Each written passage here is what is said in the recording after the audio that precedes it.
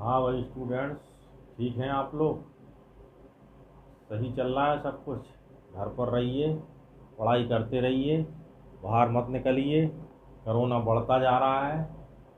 हमारी सुरक्षा हमारे हाथ में है, हमारी स्वास्थ्य की रखवाली खुद हमारे हाथ में है। ठीक है।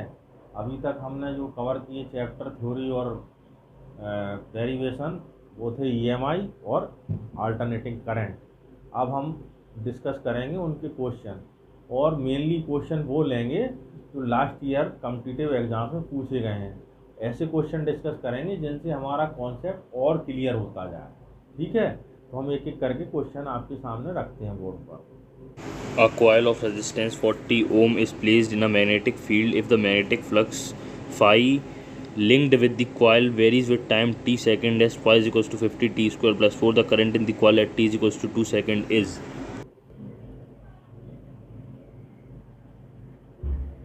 क्वेश्चन 1 है, एक कॉयल है जिसका रेजिस्टेंस 400 ओम है और इससे फ्लक्स पास हो रहा है। उसकी इक्वेशन ये दी है, i at t is equal to 2 second पर हमें फाइंड करना है। ठीक है, तो ई इज इक्वल टू क्या होता है,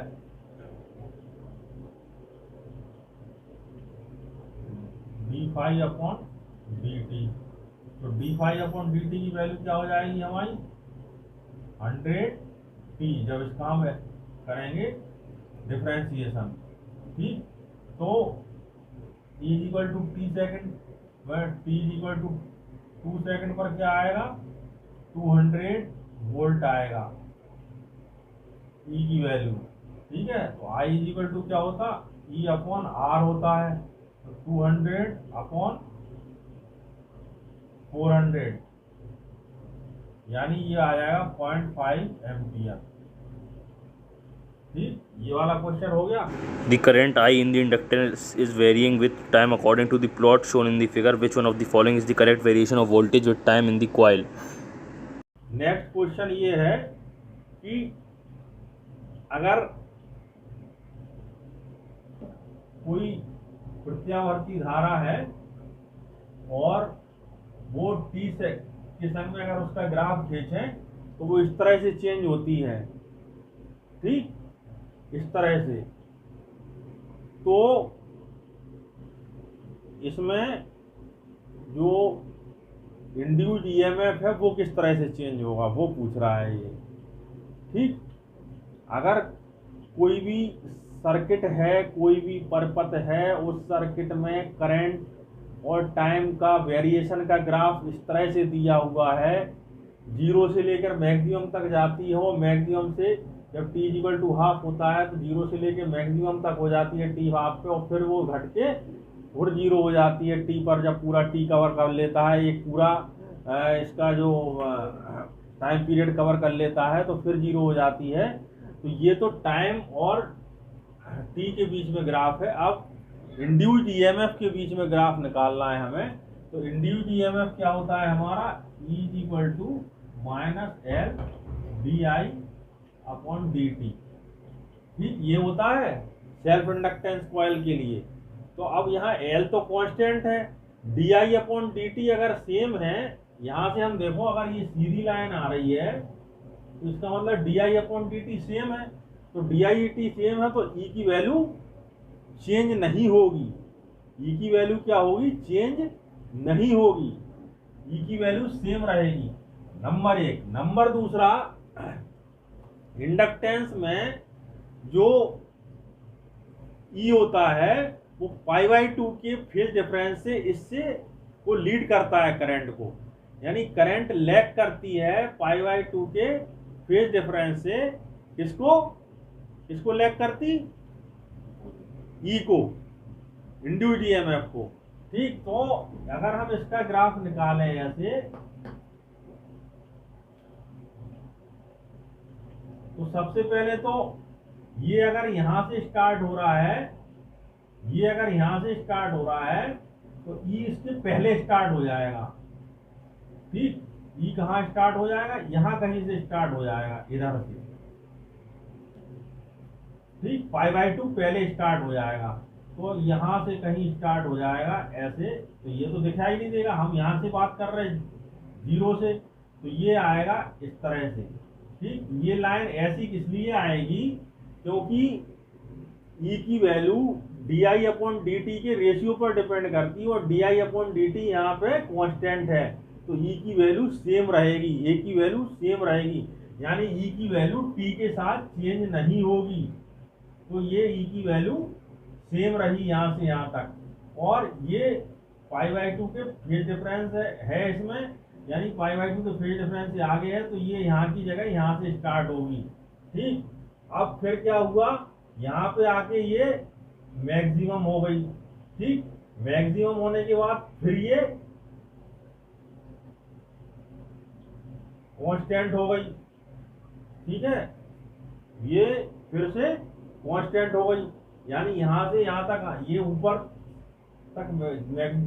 तक आई मैक्सिमम हुई, तो यहाँ से यहाँ तक ये कांस्टेंट है।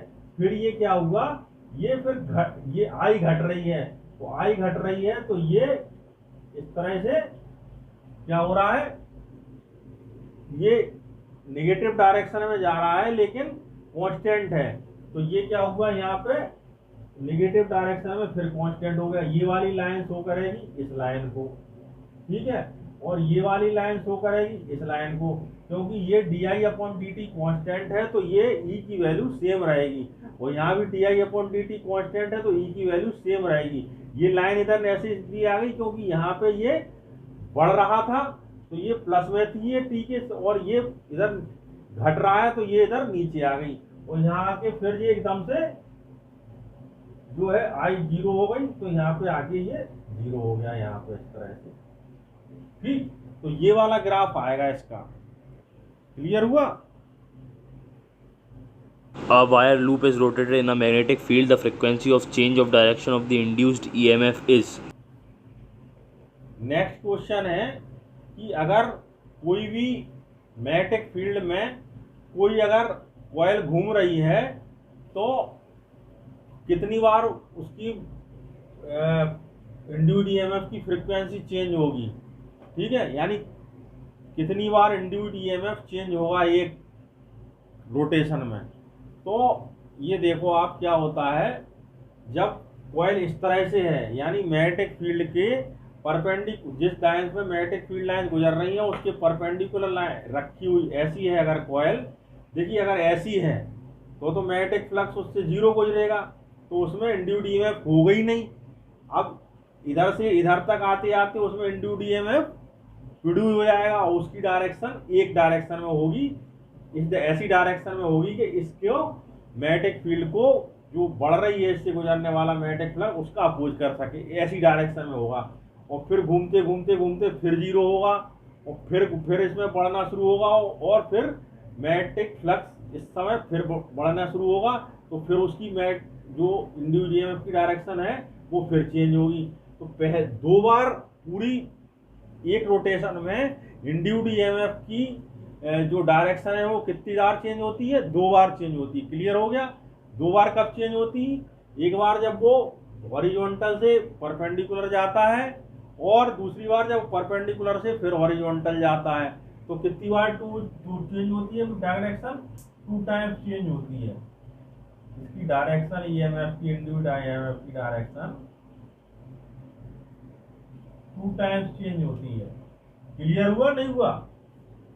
2 टाइम्स चेंज होती है इंड्यूस्ड ईएमएफ की डायरेक्शन, क्योंकि ऐसा था जब तो कोई इंड्यूस्ड ईएमएफ प्रोड्यूस नहीं हो रहा था क्योंकि फ्लक्स पास ही नहीं हो रहा था, और फिर ऐसे ऐसे ऐसे ऐसे ऐसे जब हुआ तो उसमें से गुजरने वाला फ्लक्स बढ़ता गया, और जब ऐसा हुआ तो उससे गुजरने वाला फ्लक्स मैक्सिमम हुआ, और मैक्सिमम हुआ तो कैसा होगा, यहाँ से एन और यहाँ से एस अगर हम यहाँ देखें तो इस डायरेक्शन में यहाँ क्या हो रही है, एन प्रोड्यूस हो रही है, और इस डायरेक्शन में यहाँ एस प्रोड्यूस हो रही है, तो एन टू एस होती मैग्नेटिक फील्ड की लाइन इस डायरेक्शन में।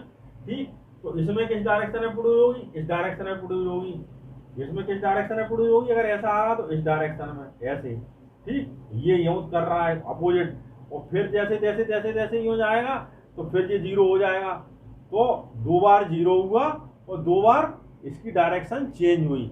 इस बार डायरेक्शन अलग रहेगी और इस बार डायरेक्शन उसकी अलग रहेगी, तो 2 टाइम्स इसकी इंड्यूस्ड ईएमएफ की डायरेक्शन चेंज होती है। ठीक। An electron moves on a straight line path xy as shown. The ABCD is a coil adjacent to the path of the electron. What will be the direction of the current, if any, induced in the coil? Next question हमारा है, बहुत fast forward चल रहे हैं हम, ठीक। Next question हमारा है कि एक ये कॉइल रखी हुई है, ठीक है, जो P जो है चालक है, ठीक, कंडक्टर है, और इसके पास में एक इलेक्ट्रॉन पास करता है इसके पास से, तो इस कॉइल में करंट की डायरेक्शन क्या होगी, क्वेश्चन ये पूछा गया है। तो अगर जो है इलेक्ट्रॉन पास करता है इससे इस डायरेक्शन में, तो अपनी करंट पास करेगी अपनी इस डायरेक्शन में, ठीक, ये करंट की डायरेक्शन होगी। अब अगर ये करंट की डायरेक्शन होगी, तो यहां से देखिए, ये मैक्सवेल के राइट हैंड रूल से इसकी डायरेक्शन आ रही है, ये देखो, ये ऐसे ऐसे ऐसे हमने पेंच घुमाया तो इसकी डायरेक्शन आ रही इधर, यानी यहाँ बन रहा है ये, ठीक। तो अब क्या होगा, अगर करंट यहाँ से यहाँ तक आना शुरू होती है, तो ये करंट ज्यादा आ रही है, तो करंट बढ़ रही है, यहाँ से यहाँ तक आ रही। पहले करंट यहाँ से दूर थी, और जब इसकी मिड पॉइंट तक आई तो इसके करंट का प्रभाव बढ़ता गया। तो जब करंट का प्रभाव बढ़ता गया, तो इसकी करंट की वजह से यहाँ बनता है ये वाला, तो इसका जो अपोज करेगा, यानी इस पे बनेगा ये बनेगा इस पे, ठीक। जब पास आ रही है करंट, तो ये बनेगा, तो कैसे करंट फ्लो करेगी इसमें, एंटी क्लॉकवाइज। इसमें कैसी करंट फ्लो करेगी, एंटी क्लॉकवाइज। और जब ये करंट इधर से गुजर जाएगी, यानी इलेक्ट्रॉन इधर से गुजर के इधर आ जाएगा, ये इलेक्ट्रॉन इस वाले पॉइंट को पार कर लेगा, इस पॉइंट से इधर तक आया इलेक्ट्रॉन, तब तो इसमें करंट प्रोड्यूस हुई इस तरह से, ठीक है, इस तरह से करंट प्रोड्यूस हुई एंटी क्लॉकवाइज, क्योंकि इसका जो फील्ड थी, इसकी वजह से वो फील्ड बन रही थी हमारी इस तरह की, और उस फील्ड का इसको विरोध करना था।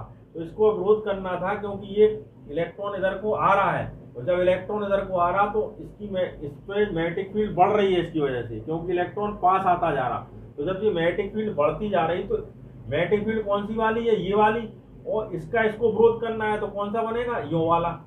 तो करंट ऐसी फ्लो करेगी, और जब ये इलेक्ट्रॉन इधर से इधर गुजर जाएगा, तो फिर इलेक्ट्रॉन दूर जा रहा है, तो उसकी वजह से इसकी मैग्नेटिक फील्ड घट रही है। मैग्नेटिक फील्ड कौन सी है, ये वाली। तो जब ये घट रही है, तो यही वाली मैग्नेटिक फील्ड बढ़ेगी, यानी ऐसी वाली बनने लगेगी, तो फिर करंट कैसी फ्लो करने लगेगी, ऐसी। तो मतलब क्या है, ये इलेक्ट्रॉन जैसे ही पास आउट होगा इससे, तो ये इस कॉइल में जो करंट की डायरेक्शन है वो रिवर्स हो जाएगी। क्लियर हुआ, ठीक। A conducting square frame of side A and a long wire carrying current I are located in the same plane as shown in the figure. The frame moves to the right with a constant velocity v. The EMF induced in the frame will be proportional to.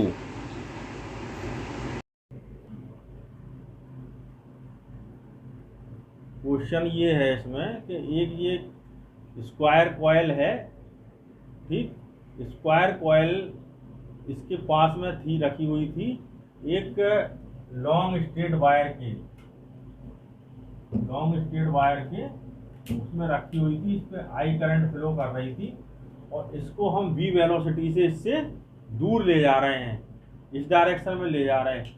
तो इसमें induced EMF किसके proportional होगा वो हमें निकालना है, ठीक। तो सबसे पहले समझने वाली बात ये है कि जब ये एक long straight current carrying wire है, इसकी राइट हैंड साइड पे कोई अगर कॉइल रखी हुई है, तो उसमें मैक्सवेल के राइट हैंड रूल से यहां बनेगा ये, ठीक। और जैसे जैसे इसके दूर जाएंगे, तो इस b की वैल्यू घटेगी, ठीक, क्योंकि b इक्वल टू होता है म्यू नॉट 4 पाई 2i अपॉन r। तो जैसे जैसे इससे दूर जाएंगे हम, तो b की वैल्यू घटेगी, तो ये b इस इधर जाने पर डिक्रीज हो रहा है, तो जो इंड्यूस्ड ईएमएफ होगा वो इस बी का विरोध करेगा। तो ये बी किस वजह से बनता है? ये बी बनता है क्लॉकवाइज डायरेक्शन में करंट फ्लो होने की वजह से। ये जो बी बनता है इस तरह का क्रॉस वाला बी जो बनता है, मतलब perpendicular to the plane inward वाला जो बी बनता है वो बनता है, किस वजह से बनता है? वो क्लॉकवाइज डायरेक्शन में करंट फ्लो की वजह से बनता है। और ये भी घट रहा है, ये भी घट रहा है। जब ये भी घट रहा है तो इंड्यूस्ड ईएमएफ क्या करेगा? इस बी के डायरेक्शन में ही बी प्रोड्यूस करेगा जो इसके घटने का विरोध करे, यानी वो क्लॉकवाइज डायरेक्शन में ही करंट फ्लो करेगा। ठीक, तो करंट फ्लो होगी इसमें इस डायरेक्शन में। ठीक, तो अब क्या करेंगे हम, ये दो हैं कॉइल की, एक ये आर्म है, एक ये आर्म है, एक ये आर्म है, एक ये आर्म है। ठीक, तो ये आर्म जो है इस पे तो जो है दोनों बराबर डिस्टेंस पे है इससे, इस वाले long straight current carrying wire से। तो इसके ऊपर जो लगने वाला वो है इंड्यूस्ड ईएमएफ, वो तो एक दूसरे क्रॉस कर लेगा, क्योंकि ये दोनों एक दूसरे से नहीं, इस वायर से सेम डिस्टेंस पे है। तो उधर तो कुछ लगने वाला नहीं है। ठीक, अब लगेगा इन पे लगेगा। ठीक, तो पहले इस पे निकालेंगे हम लगने वाला V और इस पे निकालेंगे लगने वाला V, माने इंड्यूस्ड ईएमएफ। फिर दोनों की डायरेक्शन चूंकि अलग होगी, क्योंकि इसमें करंट फ्लो कर रही है हमारी इस डायरेक्शन में, इसमें करंट फ्लो कर रही है हमारी इस डायरेक्शन में, तो इंड्यूस्ड ईएमएफ की डायरेक्शन इसमें अलग होगी, इसमें अलग होगी। तो जो रिजल्टेंट हमारा ईएमएफ आएगा वो इसका और इसका डिफरेंस आएगा। तो हम इंड्यूस्ड ईएमएफ कैसे निकालते हैं? E इक्वल टू होता V L sine theta sine 90 है। ठीक, तो यहां पे इसके द्वारा V निकालेंगे पहले हम, V1 इसके द्वारा निकालेंगे तो mu naught upon 4 pi 2 I upon R, R माने x माइनस a/2। ठीक, और इस पे भी निकालेंगे हम V2, म्यू नॉट अपॉन 4 पाई 2I x प्लस a/2, क्योंकि यहाँ से यहाँ तक की डिस्टेंस x प्लस a/2 है और यहाँ से यहाँ तक की डिस्टेंस x माइनस a/2 है, क्योंकि इसकी मिड पॉइंट से डिस्टेंस x है और इसकी लंबाई a है। तो ये V1 V2 निकल आई, तो ये हो जाएगा V1 माइनस V2 VL। ठीक, L क्या है? L क्या है यहाँ पे? A इसकी लंबाई। तो ये हो जाएगी, इसकी जगह क्या रख लेंगे हम? L की जगह L इक्वल टू है लंबाई A। ठीक, तो यहाँ आ गया हमारा A कॉमन आ गया और ये आ गया V1 माइनस V2। ठीक है, तो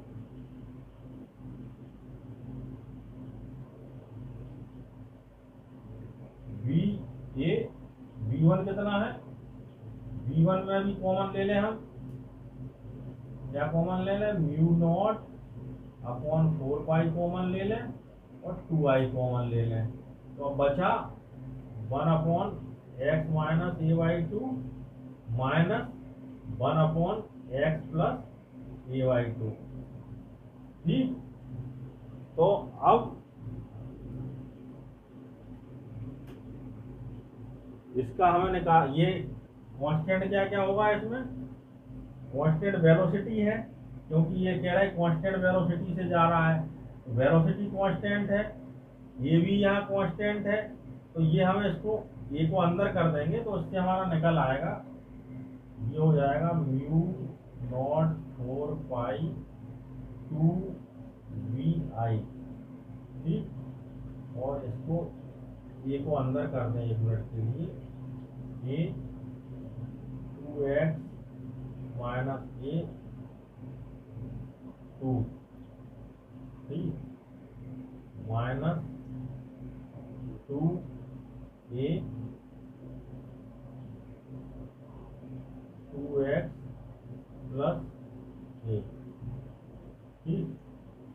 और ये mu naught upon 4 pi 2vi 2x minus a 2x plus a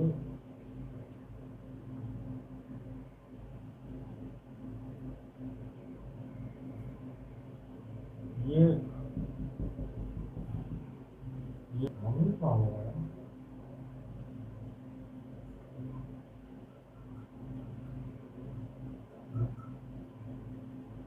ये 2a को हम कॉमन ले लेते हैं यहाँ पे,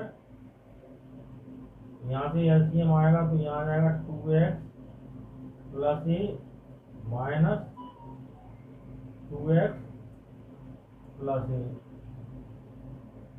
माइनस आएगा और माइनस माइनस प्लस हो जाएगा जब एलसीएम ये बाहर माइनस का साइन है। ठीक है, 2x माइनस a से जब डिवाइड किया तो ये बचा तो ये इधर आ गया, और जब 2x प्लस a से डिवाइड किया तो 2x माइनस a बचा तो माइनस बाहर था तो इधर प्लस हो गया, तो 2x से 2x कट गया। ठीक है, तो ये हो गया आपका a और a मिलके 2a, तो ये हो जाएगा 2a into 2a 4a square. ठीक है, म्यू नॉट अपॉन 4 पाई 2vi, और ये आ गया 1 अपॉन 2x माइनस a और 2x plus a।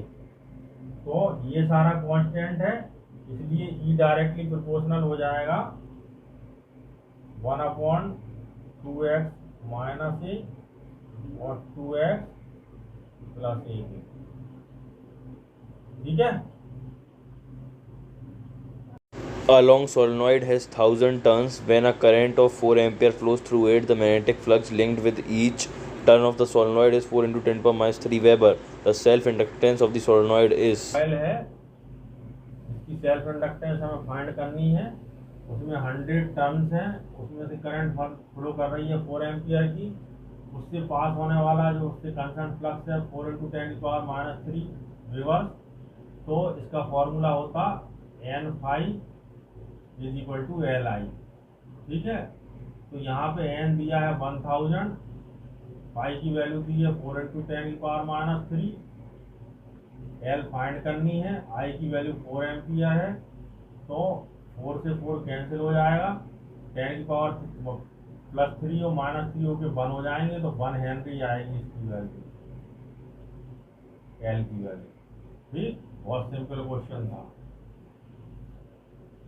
a uniform magnetic field is restricted within a region of radius r. The magnetic field changes with time at a rate dv by dt. Loop 1 of radius r is greater than small r encloses the region r, and loop 2 of radius capital R is outside the region of magnetic field as shown in the figure below. Then EMF generated is individual जो दो गोले हैं, एक गोले के अंदर दूसरा गोला है, ठीक है, और दो गोले नहीं है, दो सर्किल हैं, दो लूप हैं, एक लूप के अंदर बड़ा छोटा लूप है, छोटा लूप की मान लिया आर रेडियस है, और बड़े वाले लूप की कैपिटल आर रेडियस है, और यूनिफॉर्म नहीं है मैग्नेटिक फील्ड, चेंज हो रही है D V upon D T से, इस तरह से चेंज हो रही है, और हमें दोनों ही जो लूप है उनमें ईएमएफ इंड्यूस की वैल्यू निकालना है, बाहर वाले लूप में अलग निकालना है, अंदर वाले लूप में अंदर अलग निकालना है। तो induced EMF is equal to क्या होता है, D phi upon D T. ठीक, तो डी फाई की वैल्यू क्या होती है, A D V upon D T. ठीक, इंड्यूस्ड ईएमएफ की वैल्यू इतनी होती है। ठीक है,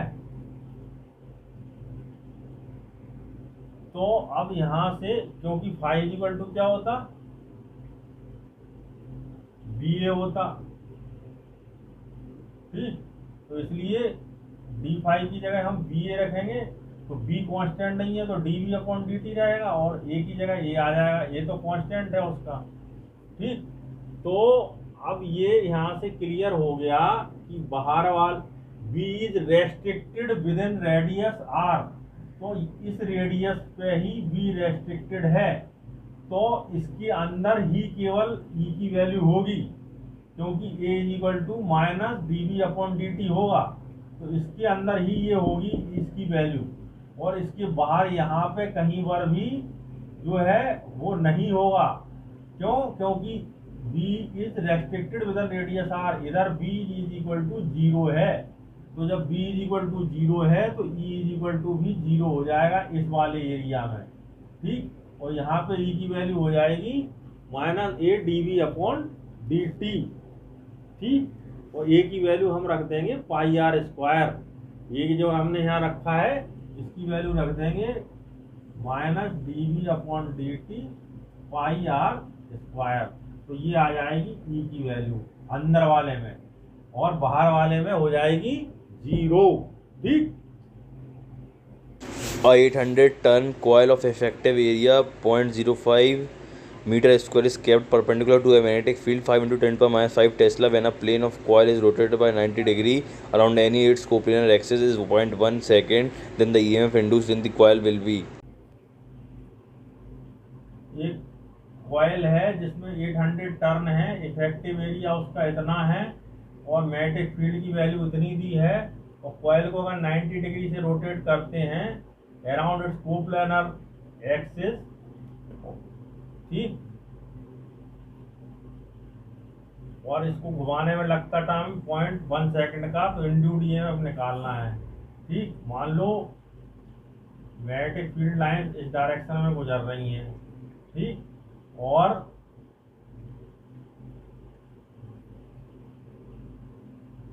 ये ऐसी रखी हुई है कॉइल, ठीक है। तो अब जगह ये ऐसी रखी हुई है, तो इसके और इसके कॉस थीटा कितना होगा इसमें, कॉस थीटा की वैल्यू कितनी होगी,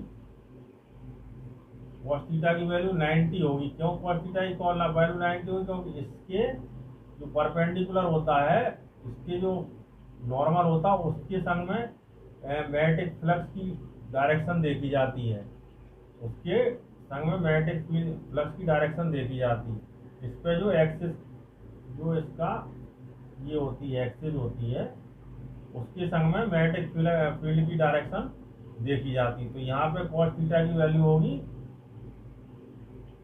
कितनी होगी 90, थीटा की वैल्यू होगी मतलब 90, तो कॉस थीटा कितना हो जाएगा, कॉस 90 हो जाएगा 0। माने जब कॉइल ऐसी रखी हुई है, मैग्नेटिक फील्ड लाइंस उसमें से बिल्कुल नहीं गुजर पा रही हैं, तो उस समय फाई की वैल्यू है 0, ठीक। और जब ऐसी रखी हुई है कॉइल जब इस तरह से रखी हुई है, तो इसके जो नॉर्मल है उसके संग मैग्नेटिक फील्ड एंगल बना रही है थीटा इज इक्वल टू 0 का, तो उस समय cos 0 की वैल्यू हो जाएगी 1, ठीक। उस समय cos 0 की वैल्यू हो जाएगी 1, यहाँ पे थीटा की वैल्यू होगी 0, ठीक। तो इसको 90 डिग्री घुमा दिया हमने, माने पहले ऐसा था पूरा मैग्नेटिक फ्लक्स इसमें से गुजर रहा था, इसके संग इसकी वैल्यू इसके नॉर्मल के संग मैग्नेटिक फील्ड की वैल्यू थी 0, तो पूरा मैग्नेटिक फ्लक्स इससे गुजर रहा था, और फिर इसको 90 डिग्री घुमा दिया इस तरह से, तो फिर गुजरने वाला इससे गुजरने वाला मैग्नेटिक फ्लक्स हो गया 0, क्योंकि cos 90 की वैल्यू हो गई 0, तो फिर फ्लक्स की वैल्यू भी हो गई 0। तो हमारा फॉर्मूला होता है ई का D phi upon D T, ठीक है, यानी φ1 माइनस φ2, ठीक, या समझ लो φ2 माइनस φ1 अपॉन डी टी, ठीक। तो φ2 क्या है, φ2 की वैल्यू तो हमारी क्या है,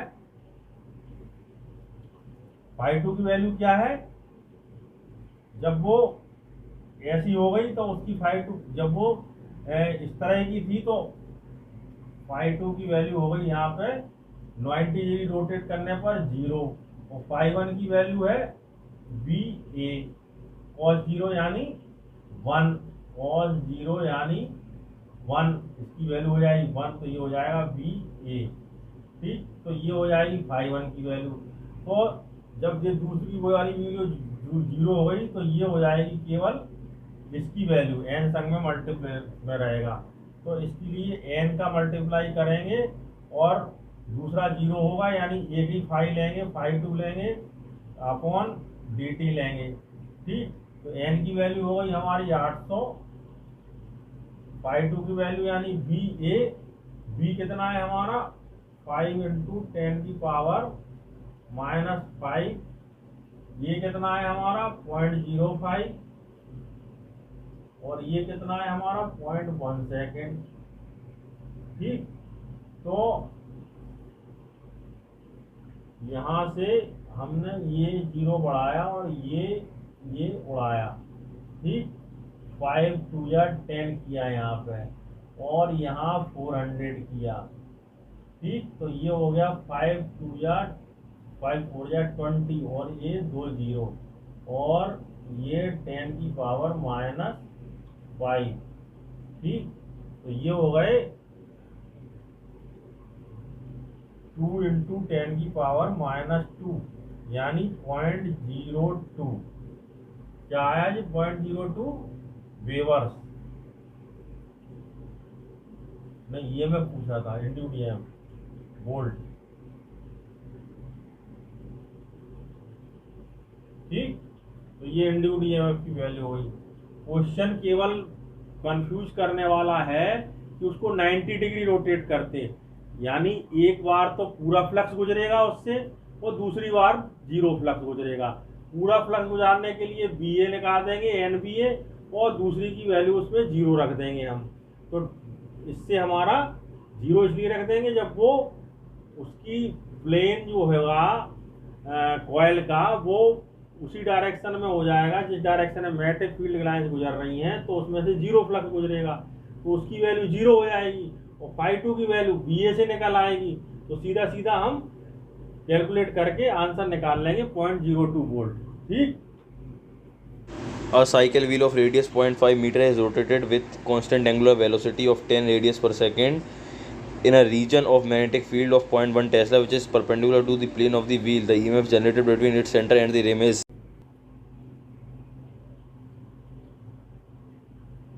ये कोई एक